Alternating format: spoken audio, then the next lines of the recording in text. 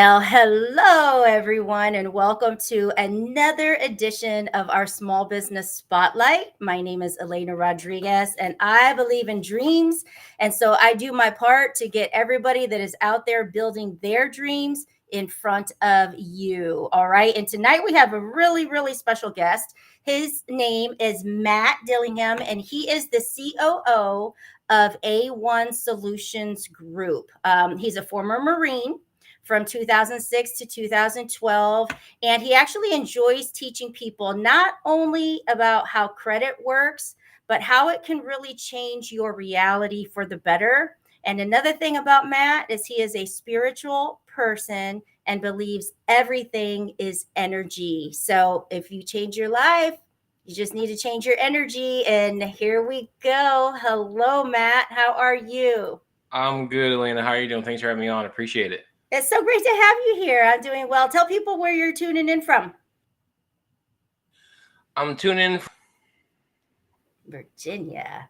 Yeah. Nice to have you. I'm in Indiana, and so it's amazing at what we can do when we just kind of like go live, right? Yeah. Why do I think you're in Texas for some odd reason? I don't know. Because I do everything in Texas. I'm having an event in Texas. I love That's Texas. why. Yeah, when we first met, you're like Texas, and I was like, Atlanta's in Texas. You're like, no, I'm in Indiana. I'm like, yeah. Fair enough. Yep. My sister lives in Texas. I have friends in Texas, and so everything. It's more fun to go to Texas than it is to just come to a little spot of like Indiana. So I I'm got just you. being. So my question for you is, why aren't you just in Texas all the time? I don't know. You're like, and then you're gonna say, no, Matt, this is about you, not me, not now, not today. I'm like, hey, but it all makes sense. I'm just asking you a question. Jeez. I know. It's getting spicy real quick. I mean, it really doesn't make sense. You know, I keep thinking I'm going to make my way. I'm going to make my way, and we'll see what happens. Maybe I'll get there. But let's talk about you. Let's talk about you. Okay, that's about me. Okay, all right. So I really want to just start with how do you go from Marine to credit? That's a great question. Here's my answer. Okay. Here's the short answer. Okay. You don't choose credit repair; it chooses you. Okay. Because think about it.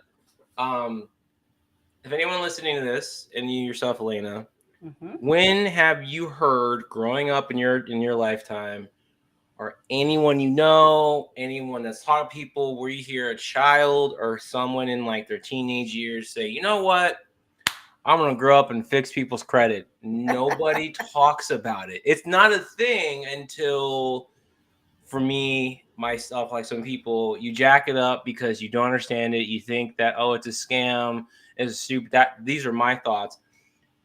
And then you find out the hard way that, cool, you can think it's stupid and scam, and the system's going to slap you silly until you learn to accept it and then play the game. And then you can use and leverage it as a tool that it is, instead of seeing it as some evil thing. And so that's, I'll give that. But like the whole story is, I got in the Marine Corps for school. I did the reserves, and that was because there was a lot of personal conflict with like my mother times living with her. Had a huge fight. I won't say what I said. I got kicked out. So I ended up living with my dad, and so I joined the Marines while I was still in college for my money for school, to find out later on that in the reserves of the Marine Corps, you only get money for school if you've been deployed. At the time, the Iraq War was like hot and heavy, and I was like, oh, okay, so do I want to risk, my overall being, my body, also for money? And it's like, nah, if I have to go, fine. But I'm going to and then fortunately somehow I found out that once you're like 23, you can get financially on your own. So I got that instead. But then from there, while I was in the Marine Corps, I also found out one day I learned I wanted to become an entrepreneur. My first entrepreneurial journey or business was cash gifting. Lost money. Didn't stop me from wanting to keep going, because I met the guy who was under the Marine at the time. I kept going. I kept doing different things, other network marketing companies, whole bunch of stuff. And to make this short, basically it's like I ended up going from where I was in Maryland to where I'm in Virginia.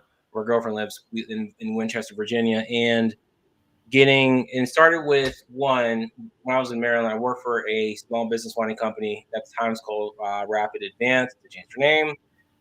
That got me into learning about the ins and outs of business funding, how that works, loans and credit. And before then, actually, while I was working there, when I was 27 years old, I had declared bankruptcy. That was an interesting moment. I say interesting because I, for some reason, thought prior to that only people in like their 40s and 50s and 60s declared bankruptcy. I don't know about that.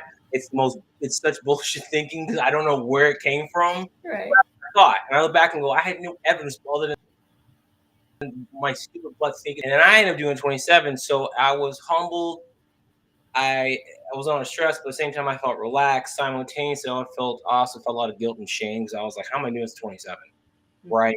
And then that's when I got into credit repair and I got certified for it. I understand the system, honestly, system, how it works. And I was like, all right, cool. But then I got the belief that, oh, this is a scam because in order to have credit, you have to have debt, and debt's a slave thing. And I'm like, that's not the greatest thing to have. Now it's changed a lot. I'm getting that in a bit, but that started journeying into credit, and then a couple of business funding. I kind of understood credit, what we were going through. Got fired from that company. Then I started brokering small business loans from home, and then I got even more detail into the credit side because I ended up becoming an affiliate for a company up in New Jersey, and I was working with them. And so I would call up these leads, these business owners, and I would say, look, because I would ask them, all right, do you want funding? Yeah, but they always say, I don't want no cash advance. It's expensive. Okay, next question comes up is, what's your credit score? Oh, it's 600. Oh, it's 5. I'm like, well, we can give you a term loan, but unless this credit score changes, you're not getting what you want. And for some reason, people, I don't know, it's people don't really seem to get that. So I would say, look, I have a company that can get your personal credit fixed, get your business credit. Then when that's up, I can get you then not personal loans, the term loan, other things, and then these cash advance loans you want to keep taking. People took me up on it. I had a bunch of leads. I ran through them all, boom, boom, but I stopped because at the time I didn't know how to network. I also didn't know how to talk to realtors and loan officers like I do now and say, hey, you people that have credit should come to me for homes. I can help them out. But I stopped. Then got here in Winchester, Virginia, got back into it again. It's like I go and it comes back. No, you're coming back. I'm like, damn it. All right, I'm going to do it. It's that energy that won't leave you alone. Right, yeah, it's like it's been a weird thing. There's more to say. So then I get involved with another guy who was brokering the small business loans. Got with him. So one of the first things I started doing here was cold calling banks locally here and then out back home because I knew how to talk to them. It was like, well, you guys deny business owners loans all the time. I can help them with private lenders and other banks. They get funded. You're happy because you get more money in your accounts, your goals. It works. Fine. Some would do it. Some would. Some wouldn't. And then one call I made back to a bank in Gaithersburg, Maryland with a banker. I think it was Amanda. And she said, hey, let's meet in person. So I, at the time, did in the car, drove my girlfriend's car, hour and a half back to Gaithersburg to meet this woman. We talked. She wanted to meet face to face. And she gave me a card of a guy named Mike Perez. And at the time, I didn't know how this would change my life in a whole new direction. He was in credit repair. And I was like, you know what, this would be good to have as a good resource to refer people to. And, use an affiliate program. Hey, get some money off it, fine. They get credit fixed, yada, yada. So when I start talking, we clicked, a lot of things going on. And then one day, actually, how I actually got into this officially was when, what was it, like spring or something? I don't know. All I remember was there was one moment I was already in my girlfriend's house, like unofficially.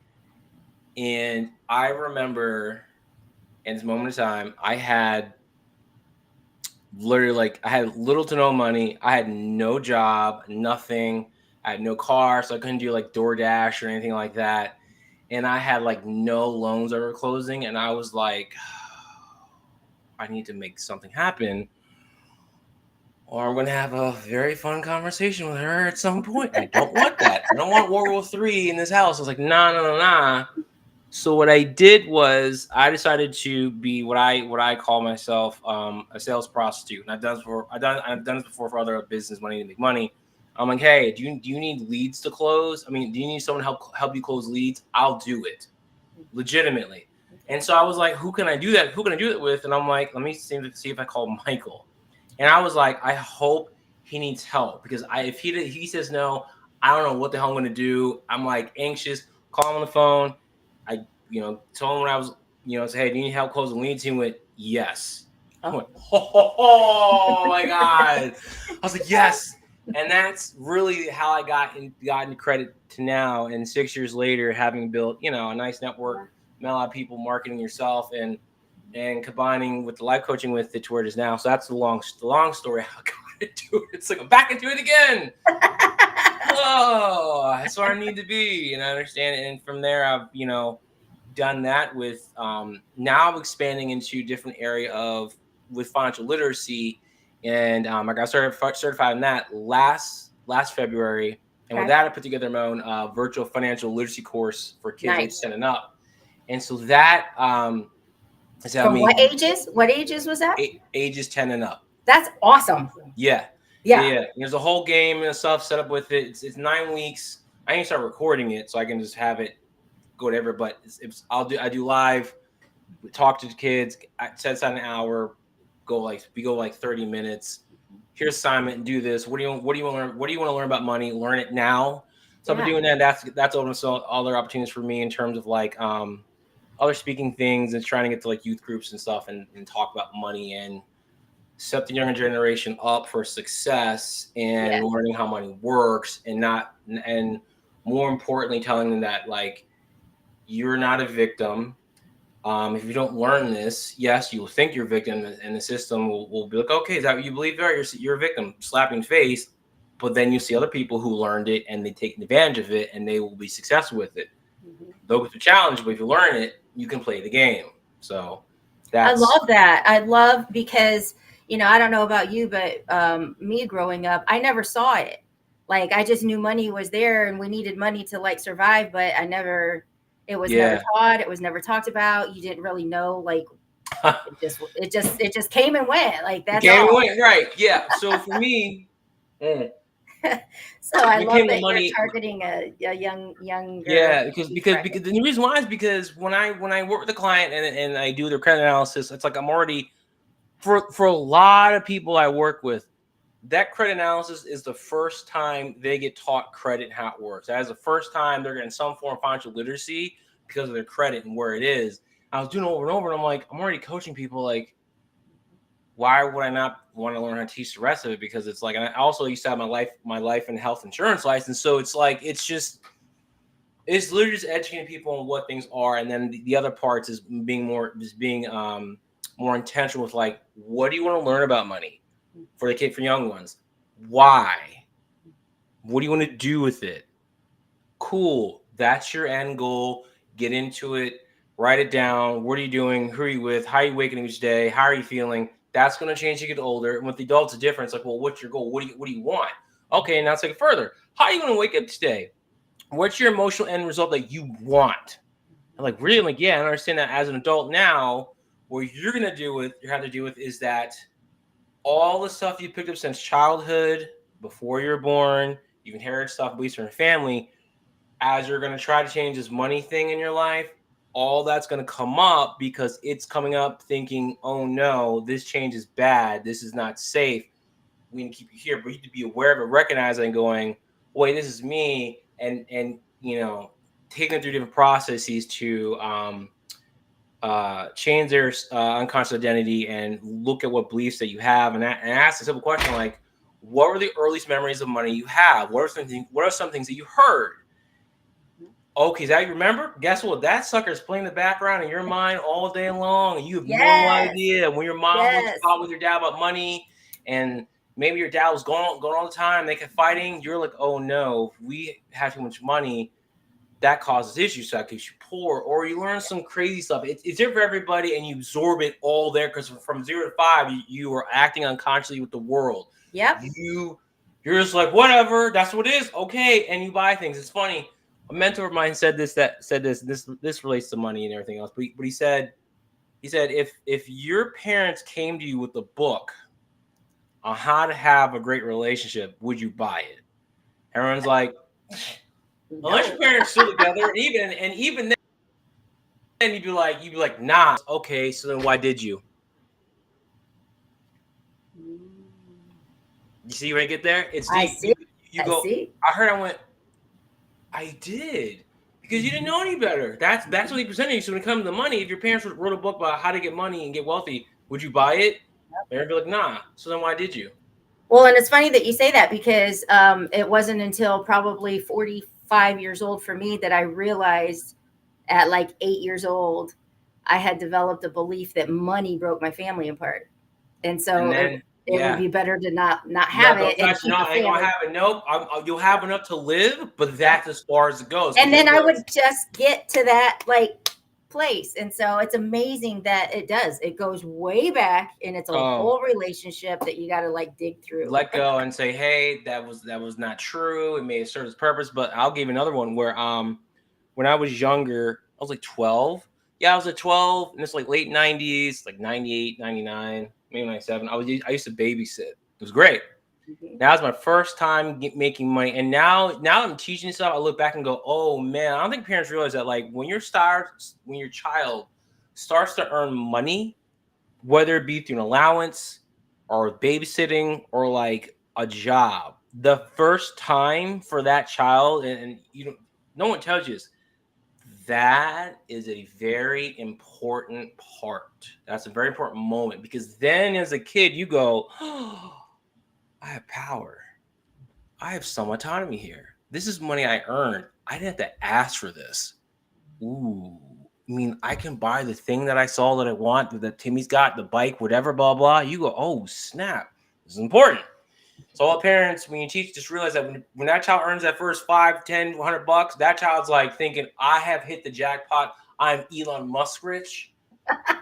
They're not, but it's the emotion, the energy is there. The child's like, oh man, let's go, right? At least that's what I thought. So I would babysit. I was getting paid like $5 an hour. Not a lot, but again, when you're 12, 13, it's better than nothing. Getting like, $20 here, $30. My mother, in her infinite wisdom, would to try to get me to establish a good savings habit. She would take all the money I would get, $20, $30, and put it all away, and I couldn't have spent any of it. So So I money learned that you earned that you worked for, and then it was like give not it to her available. to have to put it away, and I was like, this is dumb. I learned. I was like, so, and I hate it because she would come up and go, okay, give me the money, and I'd be like, okay, and it was just boom. And so what that did for me, you know how you had that belief, oh my god, money broke my family up. Mm-hmm. I unconsciously made the belief that saving money sucks. Saving money is not cool. You can't have fun with saving money. And then the unconscious mind's job is to keep you alive. Yep. So it also goes, oh, saving money means that we're gonna die. It's so illogical, but this explained and this for me, and this gets to my next point. This explains why for me for so long, into like my 30s, I would go to transfer money to my savings account and I'd be like, why am I feeling such resistance to this? I know I'm supposed to do this. This is basic functionality and knowledge and responsibility. What in the world am I so resistant? Why? Boop. That moment that doing it over and over, it's like, yeah. Take it. It's like, now I was like, oh my gosh. And this is why, if you're listening to this, why when you know you should do something that's smart financially and financially responsible, you don't do it because you have beliefs and reasons that formed that you took on and said, nope, this is not a good thing. It's not safe for us to do. We're not doing it. And then when you try and do it, you're literally fighting yourself. And what happens is if you don't rectify that, your unconscious mind will win every single time. So ironically, you win and you lose. You lose because you don't get the change on, but you win because you stay where you're at and you're still safe and alive. Yeah, wow. Yeah. So at what point does someone realize they have this jacked up little subconscious that's like really keeping them broke? That's a very. I don't. It's always happens on the third day, on the 33rd year, on their month, and they get married. It's like I know I was 45, so yeah, it yeah. took Well, me a it while. it varies for everybody because at some point it varies. At some point you have a moment where you're like, where you really want to change this stuff, and you realize it's you. That's when you go down the journey of like, why am I doing this? And it goes back to looking at the beginning, and then you'll see where all this comes from. Emilio's like, hey Emilio, hey Jada, Amelia, yeah. and yeah, and so it comes out of that. You have to be aware of it, and literally, okay, here's a great exercise, and this ties with credit and everything else. And learned this with another mentor of mine, Brian D. Ridgway. It was an exercise. I named it this, but he gave it. It's no real name for it. It's the why might I not want exercise. Again, why might I not want? It's Yeah. real simple. Get pen, pencil, a writing utensil, a notebook, and the top of that sheet of paper, write why might I not want? And you put down something you've been wanting for a long time you have not gotten. Okay, where it be money, whatever. In this case, let's just say it's money. Let's just say you've been wanting to make, I don't know, 10,000 a month, for example, right? Mm-hmm. You write it. So you write at the top, why might I not want to make 10,000 a month? So consciously, you're like, yes, I do. This makes no sense. Like, why would I not want to make more money? It's not the point. It's you're gonna bring up all the unconscious reasons that you don't. And when you do this, what I tell my clients is like, you want to breathe with the diaphragm in through your nose, out through your mouth constantly, and that keeps you present and grounded. And you keep breathing like that, and you can ask this question out loud in your mind. But keep asking. Timer on for at least 5 minutes. If you really want to go hardcore, do 10 minutes uninterrupted. Keep asking it. Why am I to not want more money? Why am I to not want to make 10,000 a month? Whatever it is, you will get answers that you'll be like, some you may have been aware of. You'll get some that are insane, crazy ones. Like I got ones that was like, I get sued. Someone called me fraud. The FTC may come after me. Like a whole bunch of things. I've never been really good with money. I suck.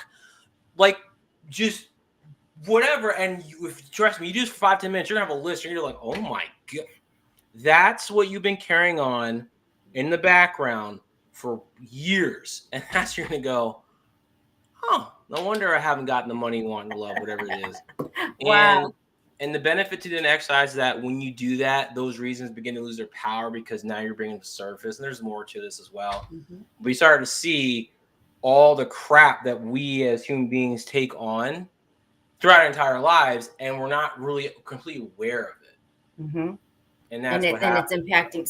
So is that when you talk about energy, Yeah, you're a big yeah. proponent? So what typically if hands come in the game, be like, change your credit, change your energy, or change your energy. It's like at the meet people where they're at. So this is where the energy part comes in. So, and you can look this up. Everything's energy. You and I, there's nothing really solid.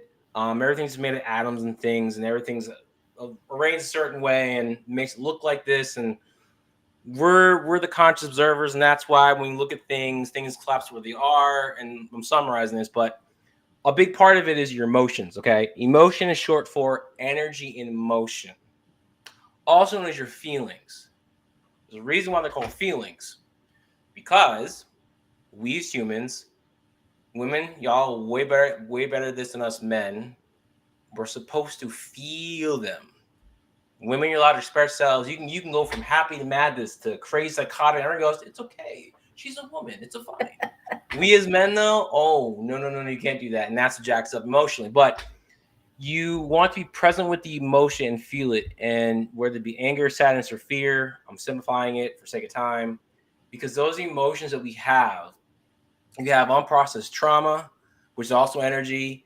We've inherited trauma from our parents, grandparents, ancestors. Trauma actually goes up like 7 generations up from what they studied. It's a real thing. And so that, and also just to keep it simple. So when you're first born, you have the trauma of being born, then you're 1, you're 2. And here's the thing about trauma. Trauma isn't just limited to like war or like, being like, I hate to say it's raped or anything like really shocking, right? Trauma can be when you're 3 years old or 4 years old, and you are having a good time doing your thing, you're not doing anything wrong, and then you touch something and you get smacked because of it. Or some of us have families where they did not want you to say anything. You can't express yourself. So you could have been, hey, I'm smiling. What are you? That's traumatic for a child because at that young age, you don't have the capacity to handle it. So what happens is we've all learned that it's not okay to fully express ourselves. Especially, I mean, in my family, we were good, but like, man, if I came angry, my dad would meet me with a bigger anger. Like, what happens is you choke it up, right? But here's the thing: your body keeps scoring. I'm telling you, it's all relates to money and credit. Your body keeps scoring this stuff, right? And so we don't go back and process all that energy, all that sucky emotion, frozen emotion. It shows up in disease, health issues. It shows up in relationship issues, insecurities.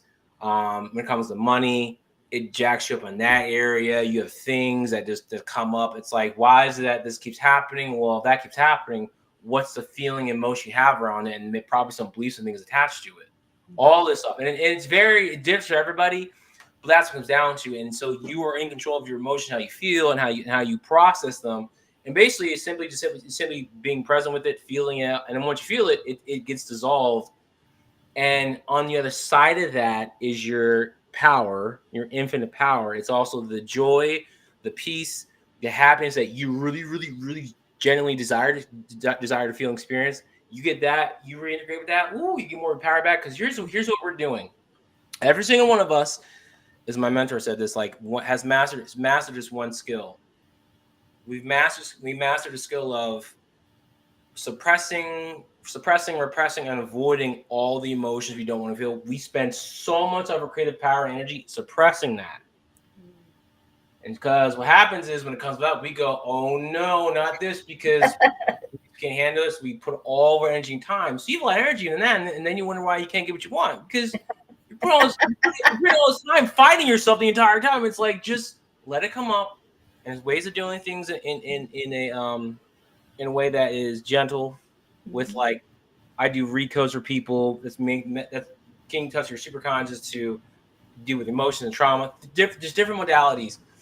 And that's where energy work comes in, because once you work on that, your body and everything else follows. And then from there, everything else in your life changes because it's all rising for you in the first place. Is that what they kind of like equate to? Like, then you're radiating on a higher frequency at all times? Yeah.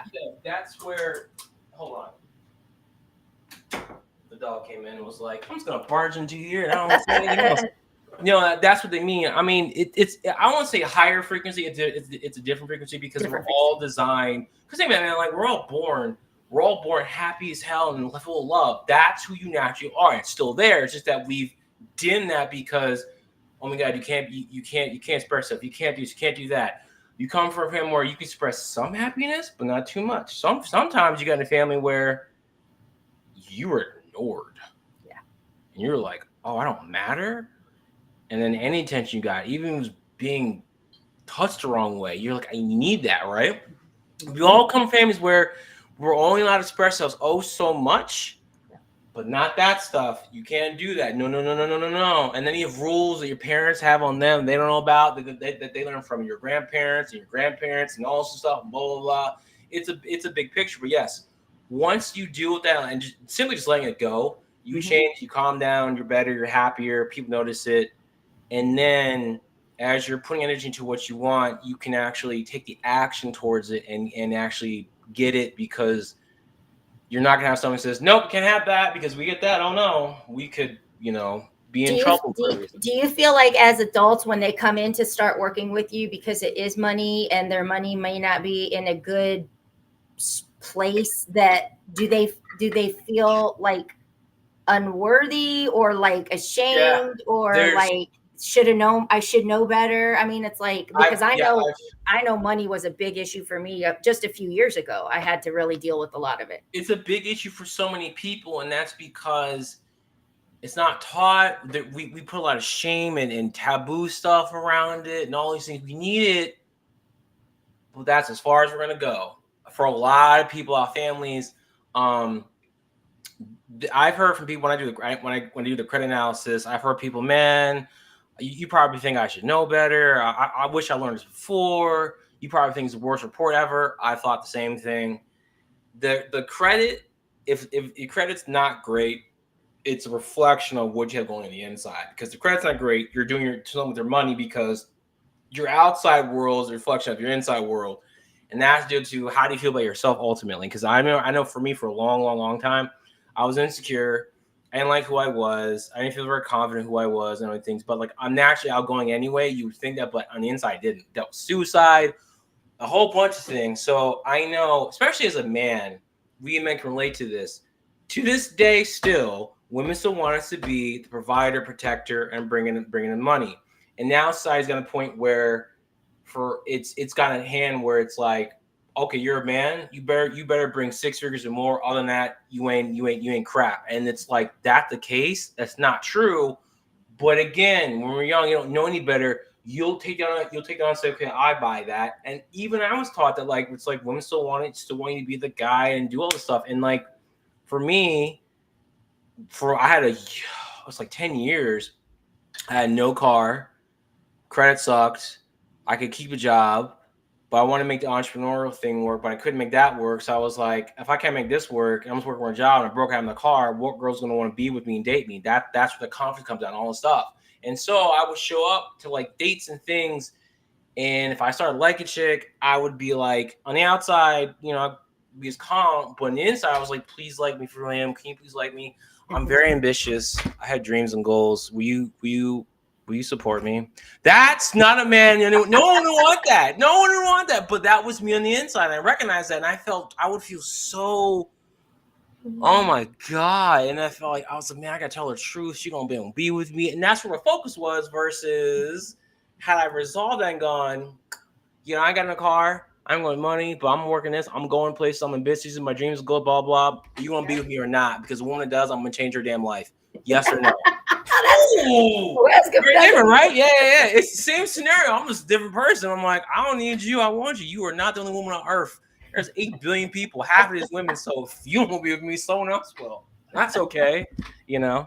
Wow. So it's really do you do the coaching to like help them?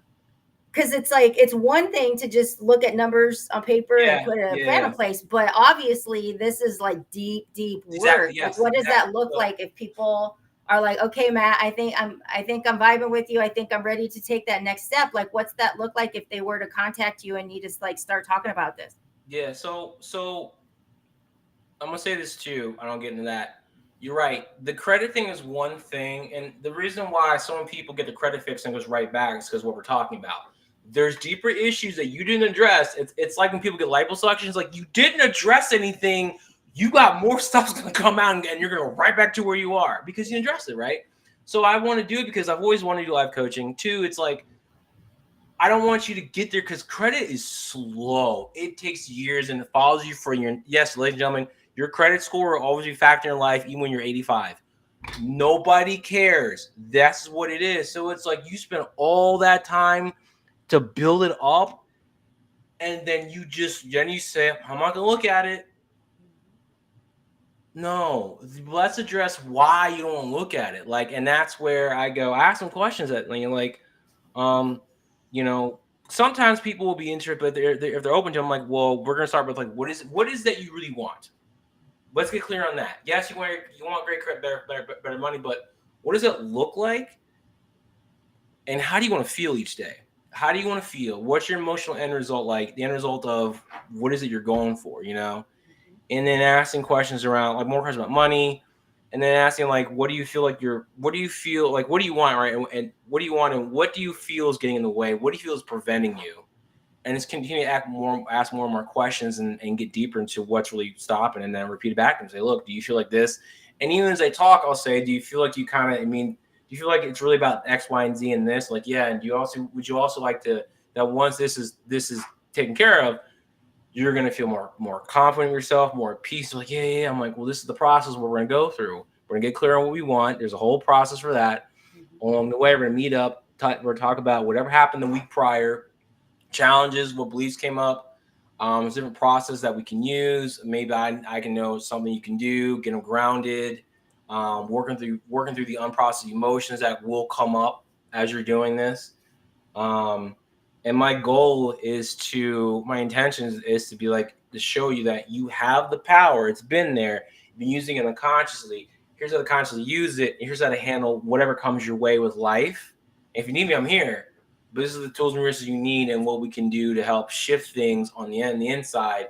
And that way you can just keep running and going and, focusing on what you want and the emotion behind it and working backwards and from there. And then, while your credit gets built, you'll feel better. I got this. I can change this. This is a marathon. And then, because then we work on that, then you can work on other streams of income and more money that way to help service the credit and the debt that you need to help build your credit. Well, yeah, because it's almost like they're becoming a healthier individual at the same time fixing this other piece. So it can all be enjoyed rather than like focusing in such a hardcore way to just fix this piece, and everything else is still just like stuck. So it's like you're kind of just bringing them being more integrative, holistic, I guess you could say. For those that want it, if you just want your credit fixed, okay, cool. We'll do that. But at the end of the day, these things are to come up for you in the form of challenges, dumb things happen with the bank, whatever, fights. Well, it doesn't matter what it is; it's going to happen. So you're gonna live with it. Why not let go of the things that no longer serve you and just focus on things that will, and maybe install some new things if need be, and recognize that you're not. What's the word? You're not. Oh, what do I want to say? I want to be like, I've got the power. Recognize that you're not okay. You're not a victim. You're not broken. You're not jacked up or stupid or dumb or any of that. You believed up until now. You acted out flawlessly. None of those things. You're perfect as you are. You're fine. We just have to undo and unlearn on stuff so that way the real powerful you can show and you can step into that and go, oh, this is who I am. Yep. What's wrong with this? You gotta own it. You gotta own all of it. Own it. Realize that when you own it, then you can change it. Because if it's not you doing it, then you're screwed. Because if it's not you, then who is? Well, and my little situation was I didn't have credit. Like I was married and I just let my husband take care of everything because why? Because I didn't want to look at nothing. So no, I can't break the family. See, that's his plan. It's like, no, I look at it, it's gonna break up everything. So then he passes away and I'm like, what the but I didn't have any credit. I didn't have credit cards. I didn't have anything. So I thought I was like always doing great, but come try to buy a house and come try to do, it was like, they just laughed at me. Like you don't, it's not that it's good or bad, but we don't you don't have no track record there. And I'll say this too. When your credit's bad or have none and you're you're an adult at a certain age, they will judge you. They may not say it to your face. It may come off in certain ways, but you will get judged to look at you and go, "What are you, stupid? Like, how do you have no?" Yeah. I have people that refer people and they go, "This person's in the 400s and they make six figures. Why?" It happens, and it's like, why? Even myself, I'm like, yeah, why? What do you? We there's some work. Like there's some stuff. And I think the message here is we all deal with it for different reasons, for different things. Like nobody's like got it all figured out. So let's just talk about it. Get the help you need. Like it doesn't make you a bad person. And I think for me, the more that I just try to bring this to the forefront for so many people, because I'm living proof. Like I thought I had it all together and I had nothing. I mean, so it's like, and I'm still a good person. Right? I'm still a good person. So I think like if you can help people and you can, what does Yada say? The money topic is such a taboo. And it is intimidating for me. I agree. It is. Yes. It's very intimidating because credit's a personal thing. Because it's funny. I'll say this. When people have bad credit and people good credit, the way they talk about it is night and day. I was one. When people bad credit, they make jokes about it. Oh, I'm credit stuff, blah, blah, or they don't say anything. Mm-hmm. But when people got good credit, you want to ask. Good credit? Let me show you your credit score. It's like they got tattooed 20. It's like, I'm like, that's great, man. I didn't ask, but okay. They would wear with a badge of honor. It's so funny. I had one lady, she's a banker. And started in the credit and just kind of a banker stuff. And I think I and she goes, yeah, I went to, and she goes, you want to see my credit score? And I was like, okay. And I was like, no. Boom. I got 850. I was like, I didn't ask. I wasn't going to go near it. Just, yeah, I got 8 something. Yeah, how about them apples? I'm like, nobody cares. Thanks for being, this is funny. They do that so much. But let that score drop 100 points, just 100. They'll be like, what? The? Yep. And then they feel shame. Let it drop even more. And then they go from, yeah, to, can I talk to you in the corner? Sure. Why? My I got you. Yep. And it is intimidating because for me, I just wanted to hide because I just didn't want to get asked questions because I knew I didn't have the answers. Why? Because I didn't look at it for all that time. So it was like, let me just hide. Yeah, breaks up family. Yeah. Right. So it is. That was your theme for a while. Yeah. I'll give you this. It's better to be in possession of none because when you've destroyed it because you didn't know any better, whatever it is, you then have to. It's like, okay, great example. I was in the Marine Corps, and prior to the Marine Corps, I'd never fired a weapon in my life. Never, right? Never. And I remember at the rifle range, you go there for 2 weeks, and I was nervous because, like, when you're in Parris Island, you don't want to be there any longer, more than a day. You're like, I'll be here 3 months, and that's it. Not 3 months and a day. I'm leaving. And I remember the instructors being like, they asked the question, who here has never fired a rifle? And I was like, me. He goes, you're in good hands. You have no bad habits. You're good. I was like, really? He's like, yes. The ones of you who've been shooting since you're young, you have bad habits. You're not. It's not going to work. It's going to suck. And I was like, and it happened when we went to go shoot. I listened. I was getting perfect marks. Boom, boom. The people that like shot before, it was hard. And so when you've never had credit to build it, you're coming from a fresh slate. Pretty much for the most part, I'd say you don't have any bad habits per se. But it's easier to do when you've never done it versus someone that's tried to do it in another place. Like you have to undo all more work. Now you have to get deletions and work on any accounts that you're still working with, and potentially add on new files as well, new accounts in your name. So when you just have new credit, open 2 accounts, and you can do it cheap, man. You can start being crediting for like $30 a month. Yep. It's cheap. It's a lot easier. Oh my God, I was like terrified. I'm like, my realtor at the time was like, we need like a 30% ratio, like she was explaining, and like just do this and then pay this and do this. And I was like, oh my gosh, this is stressing me out. And my credit card was like a $500 limit, and it was like stressing me out. But it was something that had to be done. So yeah. We got a couple comments here. What do we got? As a bilingual realtor, it is so hard to help our clients when they have no credit or bad credit. I bet. That's Aislith. And Yada says, some of my clients have apologized to me because of the messed up way they have their books, as if I'm going to judge them. Not the case. Yeah, I understand. Yada, like, because people, I don't know, people was like almost like they're always like, I'm sorry, Matt, for this credit report. I'm like, why are you mad? Like, well, I mean, why are you upset? I'm like. Why are you apologizing to me? I'm like, I'm here to judge you. I'm here to fix it. So like, chill, home slash. Now, if you want to be stupid, I will judge you. And I can tell you a funny story of a woman who was being stupid with credit, and I was like, and we got blamed for it. Mm-hmm. So I'll tell you that in a bit.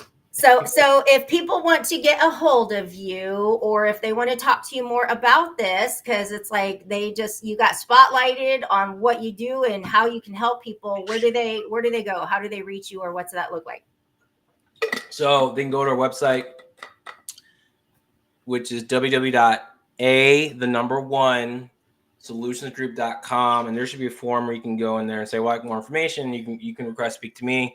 Okay. Or you can reach out to me on Facebook as we're doing this live, or on YouTube. My Facebook name is weird. It's like M Dillingham with number 1 at the end of it as well. Or I'm going to give up my cell phone number. I don't care. It's 240-418-2646. Reach out to me. Let me know. We can talk. I will say this one quick story. So in terms of judging people when it comes to bad credit, I had one lady, and this is in like 2020, and like she's getting deletions every month, but I noticed that her score is only staying in like 505 to 520, 530 range. I'm like, if you, I gotta put in the comments somewhere. But if you're getting deletions every month and your score is stagnating, something's up. And I'm like, why is it? So her realtor called to talk to him. He goes, man, can you look into it? I was like, yeah, sure. I looked into her report we use, and they had been late on their car note 11 months in a row. Okay.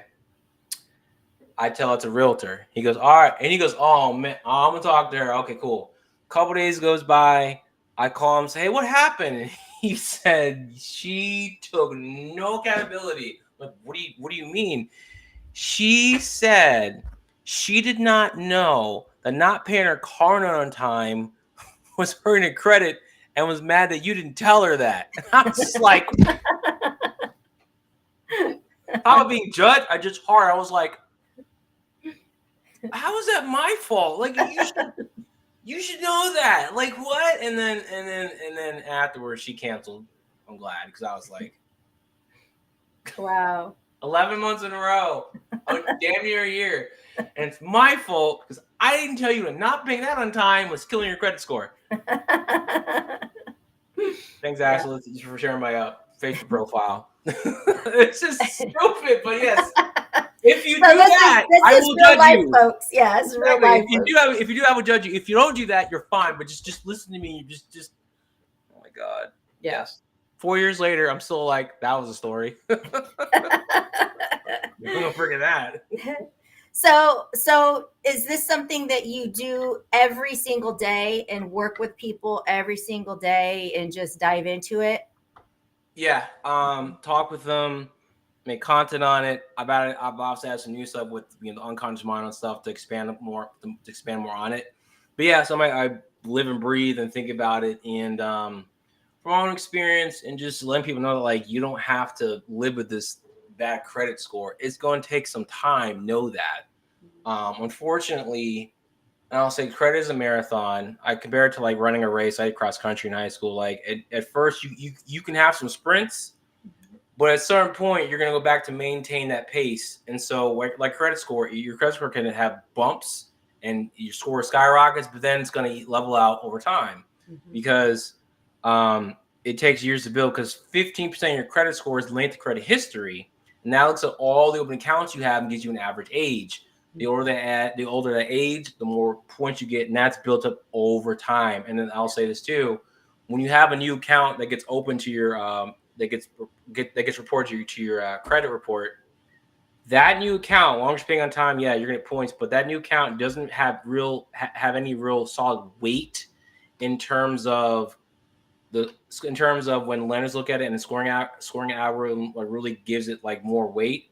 It takes 2 years for that account to actually have any real weight. 2 years. You get points building up, but like this is credit. You can do a hell of a lot more in 2 years than having to wait an account to have any value. And also within 30 days, when as you build your accounts, you can do a lot in 30 days. You can make a bunch of money. You can reduce your debt, lose a ton of weight. But credit's like, nope, you paid it for this month.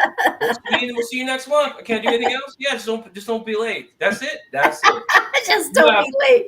Just don't be late. That's it. Like if you seriously, when you look at your credit report and you look at the payment history, it literally says December, okay, January, okay, February, okay. Every month it's at one mark for each account. So you're literally building all your accounts once every 30 days. Yeah. Wow. Yeah. It's slow. When you put it that way, man. That's how it is. That's the truth. But you know what? That's awesome, because to be really transparent, you have broken this down so simple, plain Jane terms, everybody can understand. You don't feel like you have to have a college degree just to understand a conversation about credit. So I love that. And that's what I think people need, is to just know that this is just real talk. This is how it goes down. This is what you need to know. And we're all real people here, whether it's good, bad, and different. Like it's something we all are impacted by in some way, shape, or form. And I think people just need to get more comfortable with that. So, yep, I agree. Sure. There's a lot more too as well, like personal information and credit report. And actually, you know what? Let me not leave people hanging. So let me go off with the 5 factors, the 5 components of your credit score, because people don't know this. Okay. 35% is paying your bills on time. That's payment history. So everyone knows about paying your bills on time, except for that one client. 2 exceptions. 30% is credit utilization, meaning of all out of the available credit you have, or how much you're using. All of it, don't do that. Are using less than 30% of the credit limit on each card. That also looks at each card individually and overall. So if you have like 5 credit cards, if you go above 30% on one, you'll get dinged, but not a lot. But if you just max out all of them, your score will plummet. And this is why credit cards are necessary. They are part of the system. So when people say, I have no credit cards, I'm like, congratulations. You're denying yourself 30% of your credit score. And if all you have are installment loans, here's the problem. So long as you're paying installment loans on time, which you want to do, you get points for it. Once the account is paid off, installment loans or installment accounts are mortgages, car loans, student loans, personal loans.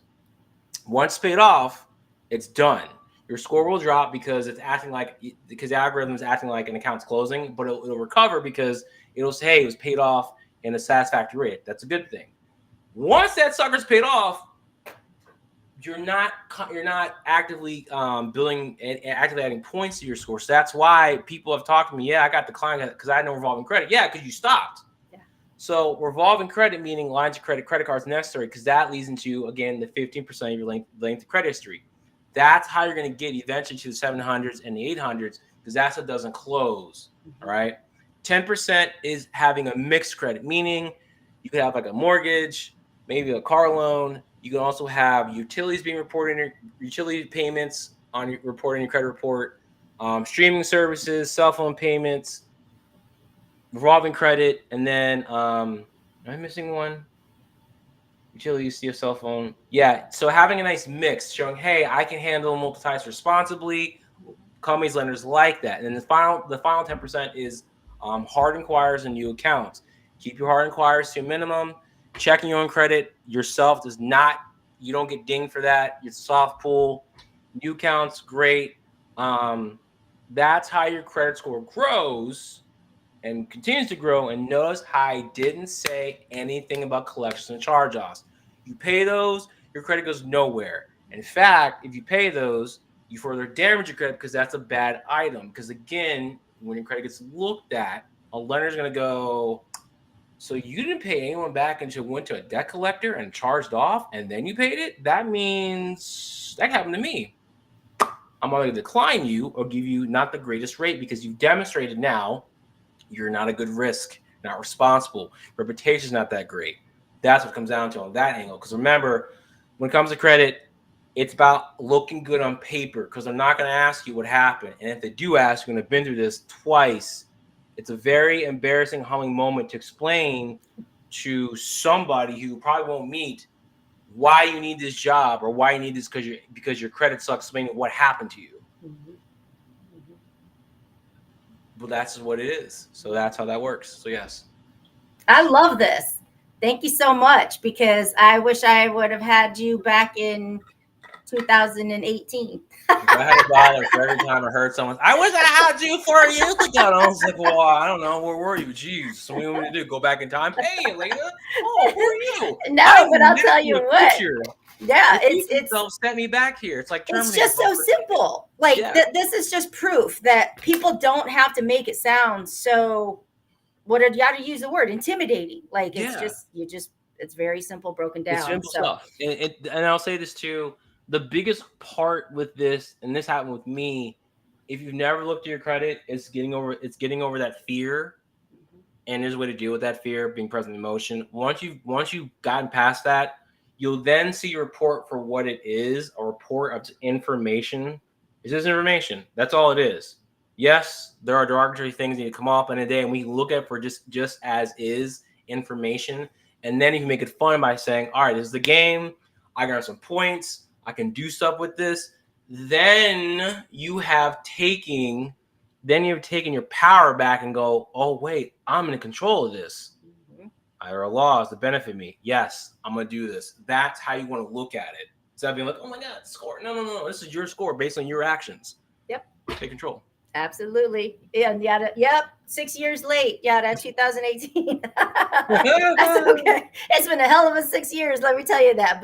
But we're here to have conversation. That's why I love bringing people on to talk about money, because I didn't want to talk about money that many years ago, and I had to come out of the hiding, and I had to just face it. And it's like, now I feel like I wear my cape, my superwoman cape, because it's like it's just a thing. You just got to deal with it. So I love that. I love that. So be sure to put your information into the comments, and people, get a hold of Matt. If you are tuning in or you're watching the replay, we are streaming on a couple different Facebook platforms plus YouTube. So if you are watching this and you need to have a conversation about this, Matt's your person. So get a hold of him and he will take care of you. So thank you so much, Matt, for sharing your time with us and your expertise and making it fun. Thank you. I did. Thanks for having me on. I appreciate it. I'll do it again for part 2 and a more deeper dive. Yes, we could do that. We could definitely do that. We'll bring Yada on and we'll all talk about money and stuff like that. So, all righty, people. That was our small business spotlight, and just get a hold of Matt. Thanks. We'll see ya.